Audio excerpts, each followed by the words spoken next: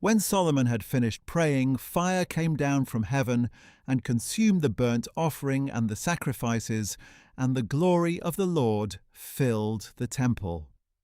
The priests were unable to enter the house of the Lord because the glory of the Lord had filled it. When all the Israelites saw the fire coming down and the glory of the Lord above the temple, they bowed down on the pavement with their faces to the ground, and they worshipped and gave thanks to the Lord. For he is good, his loving devotion endures forever. Then the king and all the people offered sacrifices before the Lord. And King Solomon offered a sacrifice of 22,000 oxen and 120,000 sheep. So the king and all the people dedicated the house of God. The priests stood at their posts, as did the Levites with the musical instruments of the Lord, which King David had made for giving thanks to the Lord, and with which David had offered praise, saying, "For his loving devotion endures forever." Across from the Levites the priests sounded trumpets, and all the Israelites were standing. Then Solomon consecrated the middle of the courtyard in front of the house of the Lord, and there he offered the burnt offerings and the fat of the peace offerings, since the bronze altar he had made could not hold all these offerings. So at that time Solomon and all Israel with him, a very great assembly of people from Lebo-Hamath to the brook of Egypt, kept the feast for 7 days.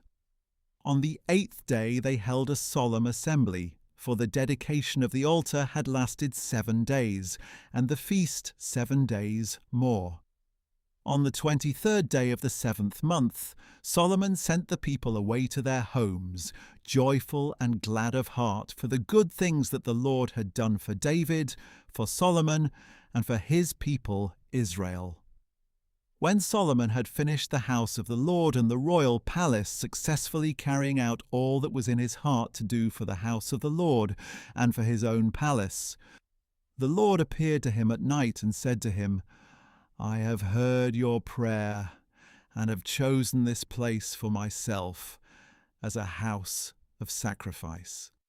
If I close the sky so there is no rain, or if I command the locust to devour the land, or if I send a plague among my people, and if my people who are called by my name humble themselves and pray and seek my face and turn from their wicked ways, then I will hear from heaven, forgive their sin, and heal their land.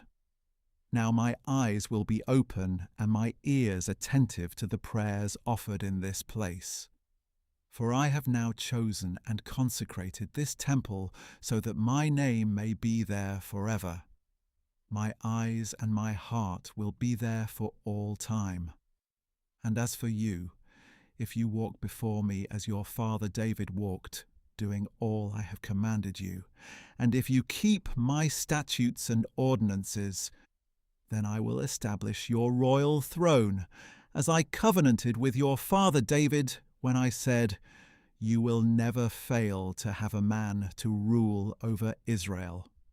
But if you turn away and forsake the statutes and commandments I have set before you, and if you go off to serve and worship other gods, then I will uproot Israel from the soil I have given them, and I will banish from my presence this temple I have sanctified for my name.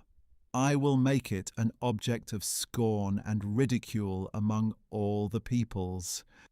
And when this temple has become a heap of rubble, all who pass by it will be appalled and say, 'Why has the Lord done such a thing to this land and to this temple?'